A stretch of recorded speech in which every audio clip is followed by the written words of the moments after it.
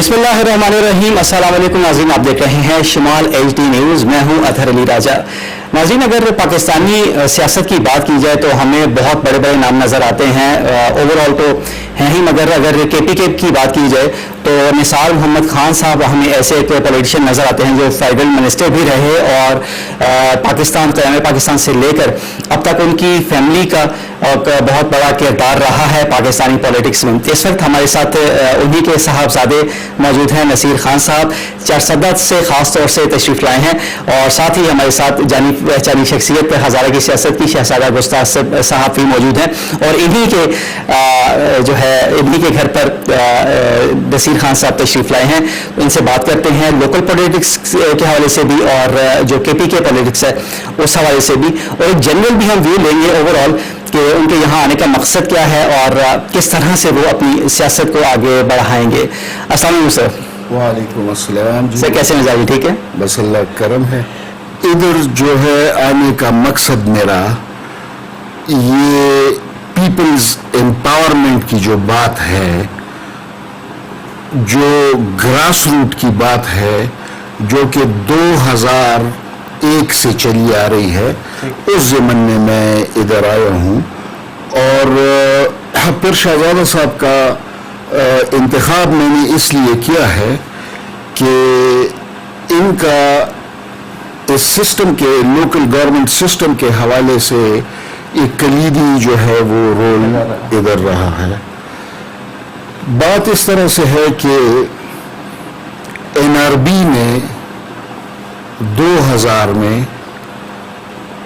اربوں روپے لگا کے ایک نیا نظام جو ہے وہ متعارف کرایا, اور وہ نظام حقیقتاً جو ہے اس نے صرف لوکل باڈیز کو ریپلیس کر کے لوکل گورنمنٹس کا تصور نہیں دیا, بلکہ حقیقت میں یہ ایک عوامی پروگرام تھا, اور اس میں جو جمہوریت ہے اس کی ایسنس اس میں تھی, کیونکہ اس میں پبلک پارٹیسپیشن تھی ہر سطح پہ. تو ہوا اس طرح سے ہے کہ 2001 کے جو انتخابات ہوئے تھے, جب یہ سسٹم جو ہے اس کو باقاعدہ انسٹال کیا گیا, تو اس میں شہزادہ صاحب نے بھی حصہ لیا تھا. مانسیرا سے شہزادہ صاحب ڈسٹرکٹ نائب ناظم جو ہیں وہ منتخب ہوئے, اور تقریباً سال یا سال سے کچھ زائد کا عرصہ یہ ڈسٹرکٹ نائب ناظم رہے. اور پھر 2002 کے انتخابات میں انہوں نے حصہ لے کے یہ پھر الیکٹ ہوئے ایز اے پروونشل اسمبلی کے ممبر, اور ادھر جا کے پھر انہوں نے اپوزیشن کا منصب سنبھالا, اپوزیشن لیڈر کا منصب سنبھالا. تو اس حوالے سے ان کو پوری واقفیت ہے کہ ہوا کیا ہے اس سسٹم کے ساتھ, جو کہ پاکستان کی تاریخ میں پہلی مرتبہ عوامی نچلی سطح کو ایک سینس آف پارٹیسپیشن اس میں مل رہی تھی. اس کو سبوٹاج کیسے کیا گیا اور کیوں کر کیا گیا, تو یہ واقفیت جو ہے میرے خیال میں کہ ہزارہ میں شہزادہ صاحب سے زیادہ کسی کو نہیں ہوگی.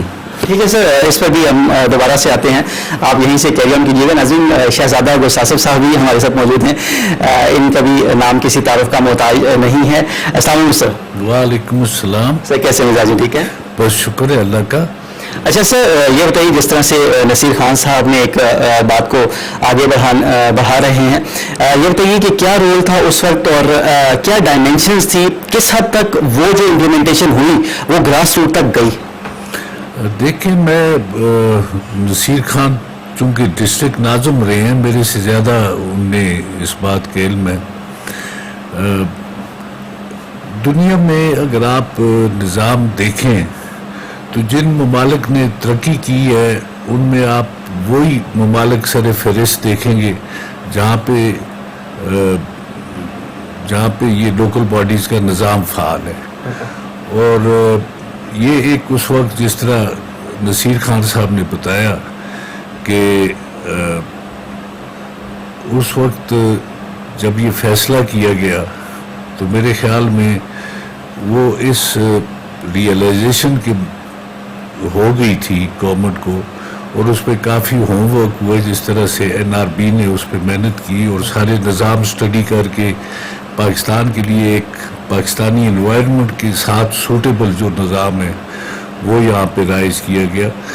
اس میں ڈیولوشن سے لوگوں کو اپنی بنیادی ڈور سٹیپ پہ حکومت تک ایکسیس ہو گئی تھی.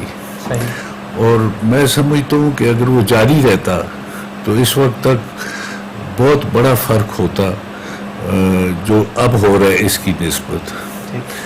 تو اس پروگرام کو سبوٹاج، مطلب ہماری یہ روایت ہے کہ کسی چیز کو کامیابی سے ہم چلنے نہیں دیتے، جی، چونکہ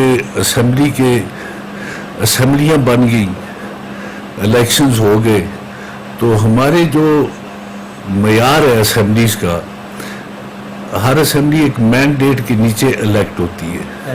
اب قومی اسمبلی جو ہے وہ الیکٹ ہوتی ہے، اس کا ایک کام ہے، اسے جو مینڈیٹ ملتا ہے وہ معیشت کو دیکھنے کے لیے ملتا ہے، وہ آپ کے ڈیفنس کو دیکھنے کے لیے ملتا ہے، وہ آپ کی فارن پالیسی کو دیکھنے کے لیے ملتا ہے، وہ لیجسلیشن کے لیے ملتا ہے.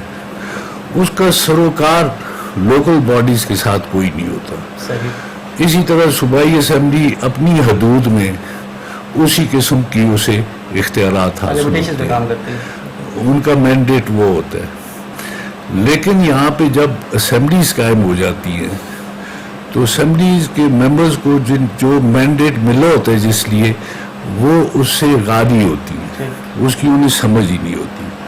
تو پھر وہ لوکل باڈیز کا یا ڈسٹرکٹس کا جو نظام ہے اس میں وہ اختیارات اپنے پاس رکھنا چاہتی ہے، اور اس وجہ سے وہ اختیارات جب مداخلت شروع ہوتی ہے اور یہ اداروں کو غیر فعال کر کے وہ یہ اختیارات لے لیتے ہیں، تو پھر میں سمجھتا ہوں کہ وہ نچلی سطح پہ جو لوگوں کا اصل مینڈیٹ ہے ان کی خدمت کے لیے اسے سبوٹاج کرتے ہیں اور یہ ایک بڑا نقصان کر دیتے ہیں.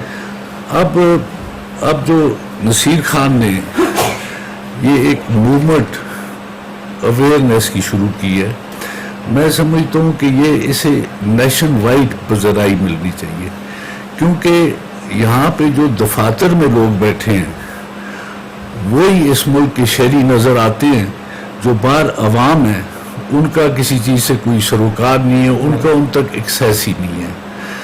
ایک ڈسٹرکٹ ناظم بیٹھا ہوتا تھا، وہ پبلک کو جواب دہ ہوتا تھا، وہ اپنے ممبران کو جواب دہ ہوتا تھا، اس کے وہ جس ہاؤس میں بیٹھتا تھا اس میں یہ باتیں ڈسکس ہوتی تھی، اس کی جواب دہی ہوتی تھی.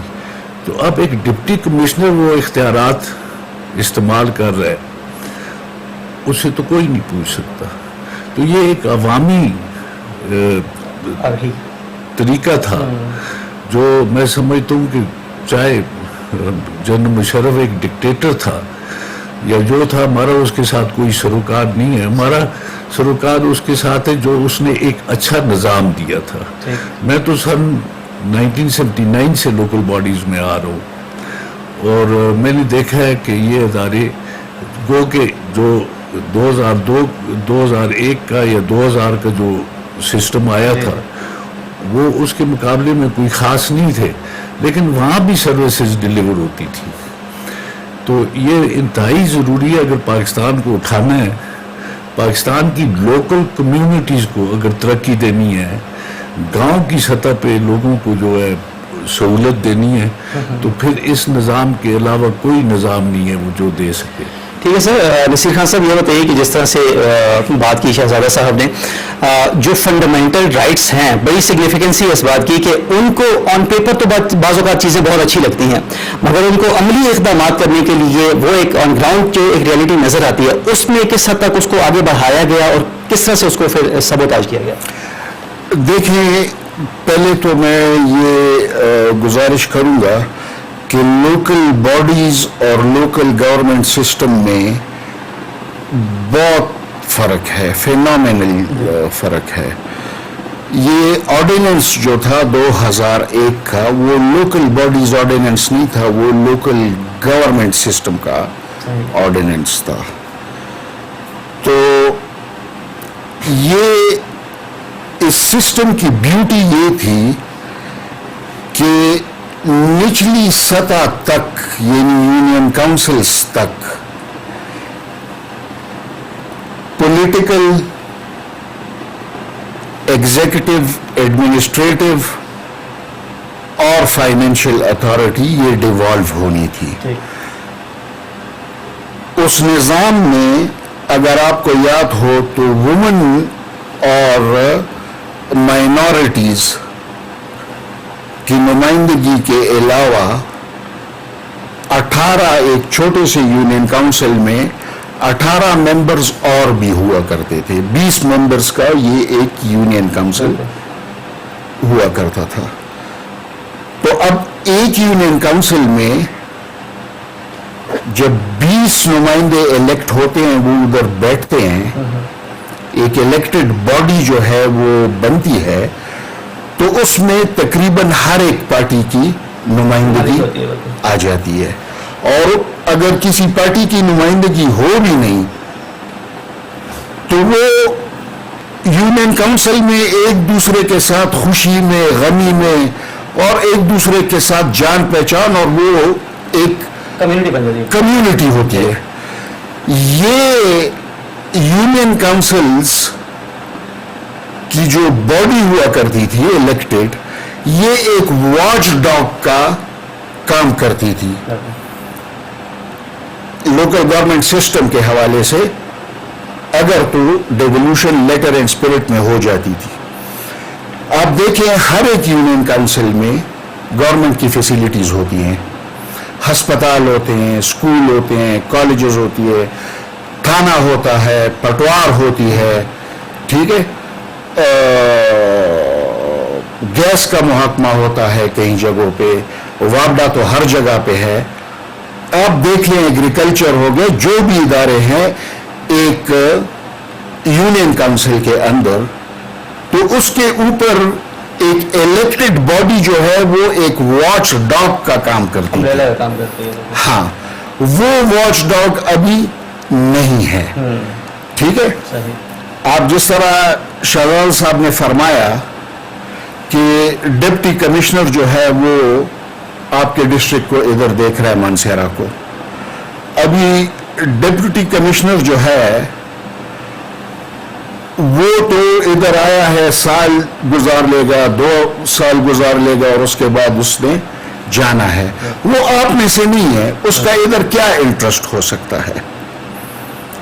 وہ تو وہی کرے گا جو اسمبلی کے ممبران ہوں گے اور جو ادھر وہ اسمبلی ہوگی اور گورنمنٹ جو بیٹھی ہوگی. تو اس طریقے سے بیوروکریسی کو مسلط کیا گیا ہے. اب ڈپٹی کمشنر جو ہے وہ پورا ڈسٹرکٹ دیکھ رہا ہے, ڈی پی او جو ہے وہ پورا ڈسٹرکٹ دیکھ رہے ہیں ادھر مانسہرہ میں, آپ کے ڈسٹرکٹ آفیسرز ہیں وہ پورا ڈسٹرکٹ دیکھ رہے ہیں, ٹھیک ہے. تو عوامی نمائندہ تو کوئی ڈسٹرکٹ کو دیکھنے والا ہے ہی نہیں. تحصیل کاؤنسلز بیٹھی ہوئی ہیں, ان کو تو میونسپل ورکس کے لیے جو ہے محدود کیا گیا ہے, اور وہ ویسے بھی تحصیل کی سطح کو وہ دیکھ رہے ہیں, ڈسٹرکٹ کی سطح پہ کوئی کچھ نہیں ہے. اسی طرح آپ ڈسٹرکٹ سے لے کے, تحصیل سے لے کے آپ یونین کاؤنسلز تک جائیں گے تو آپ کو یہ ویکیوم جو ہے وہ نظر آئے گا. در حقیقت یہ پروگرام جو تھا, اس میں جس طرح میں نے آپ کو پہلے بتایا, اس میں پبلک پارٹیسپیشن تھی. ڈیسیجن میکنگ میں پبلک جو ہے اس کو باہر نہیں رکھا گیا, ان کی انوالومنٹ تھی. تو اس میں 2003 میں جب مجھے پتہ لگا کہ یہ تو معاملات جو ہیں اسمبلیاں بیٹھ گئی ہیں اور معاملات جو ہے وہ ڈیولوشن کی جگہ جو ہے وہ سینٹرلائزیشن کی طرف جا رہے ہیں, تو ہم نے پورے 400 میں ہم نے پورے اس کو ڈسٹرکٹ ناظمز کو وہ دعوت دی. وہ 22 میں 24 ڈسٹرکٹ ناظمز میں سے 22 ادھر تشریف لائے, اور ہم نے یہ فیصلہ کیا کہ ہم جائیں گے پشاور ہائی کورٹ.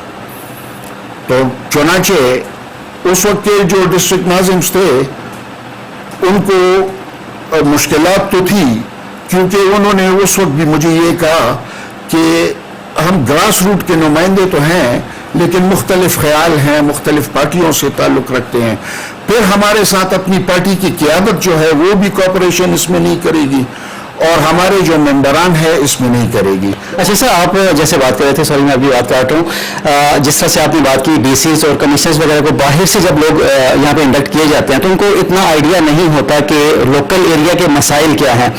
اب یہی دیکھ لیں 1-2 سال کے لیے وہ آتے ہیں، وہ پوری طرح سے ان کو ابھی ادراک بھی نہیں ہوتا کہ یہاں کے مسائل ہے کیا، وہ پھر ٹرانسفر کر دیے جاتے ہیں یہاں سے۔ تو لوکل جو لوگ ہیں، جو لوکل باڈیز کی جس طرح سے آپ نے بات کی ہے، ان کو زیادہ اس چیز کا ادراک ہوتا ہے کہ یہاں کے مسائل کیا ہیں، یہاں کون سی جگہ پر ہم نے ہاسپٹلس کے کیا مسائل ہیں، پانی کے کیا مسئلے ہیں، بجلی گیس کے کیا مسائل ہیں، تو وہ زیادہ اس چیز کو ادراک کر سکتے۔ تو اس کو اوور کم کرنے میں یا اس کو آگے لانے میں کیا ایسا کیا جا سکتا ہے کہ یہ دوبارہ سے وہ چیز جو ہے اس کو امپلیمنٹ کیا جا سکے؟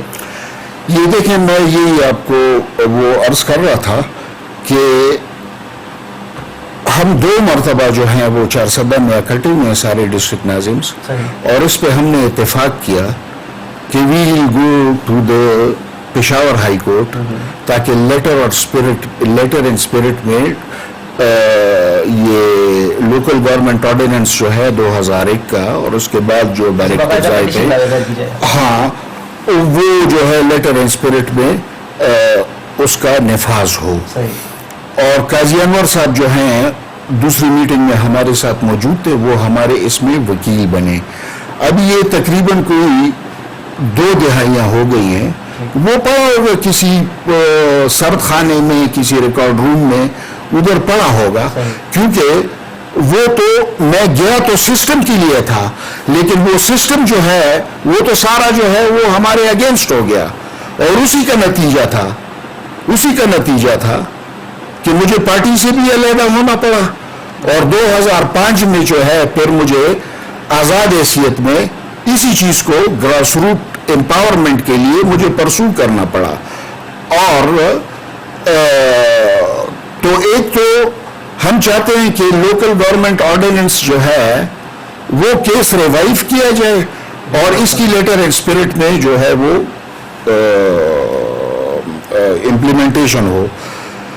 دوسرا یہ ہے کہ 2002، 2008، 2013، 2018 کی جو گورنمنٹس آئی ہیں کے پی کے میں، تو انہوں نے در حقیقت ان کو یہ سوٹ نہیں کرتا تھا۔ بتدریج جو بھی آئے ہیں انہوں نے یہ سینٹرلائزیشن کی طرف گئے ہیں، انہوں نے گراس روٹ کو اپنے رحم و کرم پہ چھوڑا، ٹرانسفارمر کسی کو دے دیا، کسی کو روزگار دے دیا، کسی کے لیے سڑک بنا لی، کسی کے لیے فرش بندی کر دی، کسی کے لیے کیا کر لیا۔ ایجنٹس ہوتے ہیں ان کے کارندے لوگ ہوتے ہیں۔ تو یہ جو ہے اس طرح سے نظام جو ہے وہ چلتا گیا، ان کو اپنے رحم و کرم پہ رکھا، اور در حقیقت ان کو جو اتھارٹی ڈیوالو ہونی تھی وہ انہوں نے سنیچ کی ہے، تو اب یہ اس طرح کا ایک شکل اختیار کر گئی ہے کہ ایک طرف ادھر جو برسر اقتدار پارٹیز آئی تھی اس کے بعد سے 2002 کے بعد سے، تو ایک طرف وہ پارٹیز ہیں اور دوسری طرف گراس روٹ ہے۔ تو ہم چاہتے ہیں کہ یہ پولیٹیکل پارٹیز جو ہیں اس دوران دے بین ٹیکنگ ٹرنس، کبھی ایک جیتا ہے، کبھی دوسرا جیتا ہے، کبھی آپ جیت کی خوشی منا رہے ہیں تو کبھی شہزادہ صاحب جیت کی خوشی منا رہے ہیں، تو کبھی ہماری دوسرے بھائی جو ہیں جیت کی خوشی منا رہے ہیں۔ لیکن در حقیقت اب اگر آپ دیکھیں وہ کبھی ہارے ہیں کبھی جیتے ہیں، لیکن گراس روٹ تو ہمیشہ ہی آ رہی ہے نا، اسی طرح آ رہی ہے۔ تو ایک مجھے بات کمپلیٹ وہ کر لے دے، تو انہوں نے یہ مناسب سمجھا کہ گراس روٹ کو جو ہے وہ ڈیسیجن میکنگ سے بھی، اتھارٹی سے بھی، اور فائنینشیل اتھارٹی اگر وہ ڈیوالو ہوتی ہے تو اس کے ساتھ تو آپ کی فیئر ڈسٹریبیوشن آف ویلتھ بھی ہو جاتی ہے، اور جب آپ کی پارٹیسپیشن ہوتی ہے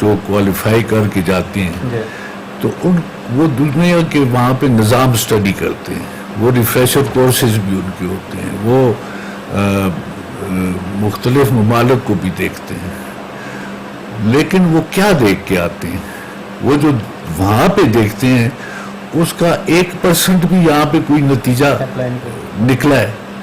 تو یہ ساری باتیں یہ پاکستان میں جو ہو رہی ہیں یہ صرف اس لیے ہو رہی ہیں کہ لوگوں کی امپاورمنٹ نہیں ہے، لوگوں کو سوال کرنے کا اختیار نہیں ہے، اور لوگوں کی بات تو کوئی بات ہی نہیں ہے. کیونکہ اب جو نظام اب ہم دیکھ رہے ہیں کہ اس سے آپ بھی اگری کریں گے کہ کوئی دفتر بھی، ہر دفتر جو ہمارے ضلع میں یا سرکاری جو دفتر ہے وہ خود ایک لوگوں کے کام میں رکاوٹ ہے. کام کوئی بھی سموتھلی نہیں ہو سکتا جب تک کہ اس دفتر کی ڈیمانڈ نہ پوری کی جائے، تو تب تک کوئی کام ہو نہیں سکتا. تو جب یہ ڈسٹرکٹ کونسل کا میں نے بھی نظام دیکھا، میں جو ڈسٹرکٹ گورنمنٹس کا جب وجود تھا تو افسر بھی ہوشیار رہتے تھے، کیونکہ ان کی جوابدہی ہوتی تھی ڈسٹرکٹ کونسل گورنمنٹ کے سامنے. چیک اینڈ بیلنس کا نظام تھا. اگر کوئی افسر اوپر نیچے کرتا تھا تو وہاں پہ ڈسٹرکٹ کا فورم تھا، ڈسٹرکٹ گورنمنٹ تھی، وہاں پہ ڈسٹرکٹ ناظم بیٹھا تھا جو ڈسٹرکٹ کا نمائندہ تھا.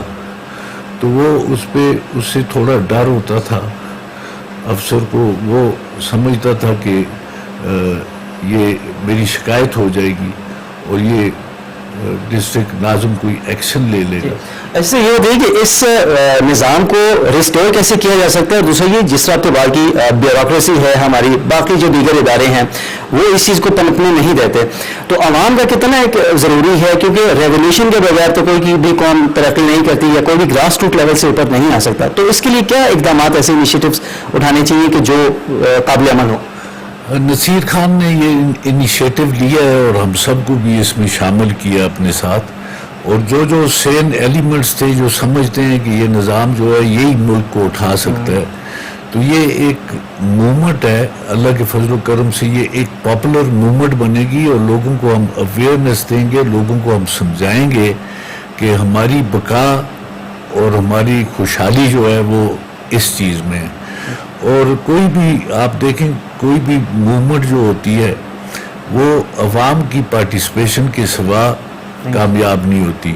یہ اب جو نظام رائج ہے، میں سمجھتا ہوں یہ پہلے نظام کو سبوٹاج کرنے کے لیے یہ نظام رائج کیا گیا، جہاں پہ ڈسٹرکٹس نہیں ہیں، جہاں پہ اختیارات سارے بیوروکریسی کے پاس ہیں، جہاں پہ یہ تحصیلیں ہیں، یہ میونسپل سروسز، اور ان کے پاس آپ کسی سے پوچھ لیں، یہ جو تحصیل کے چیئرمین ہیں یا ممبرز ہیں، ان کے پاس کوئی فنڈز نہیں ہے، کوئی اختیار نہیں ہے. یہ ایک ڈمی قسم کا نظام انہوں نے رائز کیا، اور یہ اسی لیے رائز کیا گیا کہ یہ اوپر جو اختیارات ہیں ان میں ان کی مداخلت نہ ہو. وہ کہتے ہیں نا ہماری زبان میں کہ رونے دا چپ، یہ وہ نظام ہے کہ بھائی کچھ نہ کچھ کر دو. یہ اس پہ خوش رہیں گے کہ ہم ممبر ہیں، ہم تحصیل کے چیئرمین ہیں، ہم یونین ولیج کے چیئرمین ہیں، تو یہ مطمئن رہیں گے، خوش رہیں گے. لیکن اب چونکہ وہ دیکھ رہے ہیں کہ ان کا وجود کسی کوئی کارآمد نہیں ہے، تو وہ بھی اس سے مایوس ہو رہے ہیں. تو انشاءاللہ یہ جو نصیر خان نے یہ موومنٹ لانچ کی ہے، یہ ملکی مفاد میں ہے اور لوگوں کے مفاد میں. ٹھیک ہے سر.